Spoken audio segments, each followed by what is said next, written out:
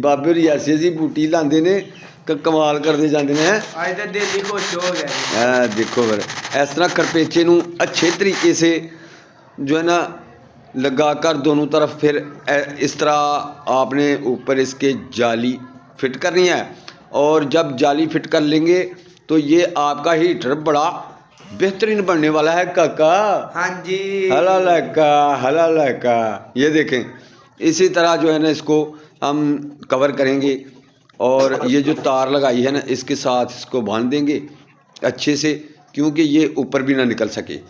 और अल्हम्दुलिल्लाह मुकम्मल वीडियो देखेंगे तो आपको मुकम्मल समझ आएगी। ये बहुत मज़ेदार वीडियो होने वाली है। ये देखें हमारा हीटर जल गया काका। हाँ जी हाँ जी देखें कैसा यार है, कमाल हो गया। कितना खूबसूरत लग रहा है। बहुत ही खूबसूरत है। हाय हाय हाय हाय, जो इसके सामने बैठकर इसका सेक ले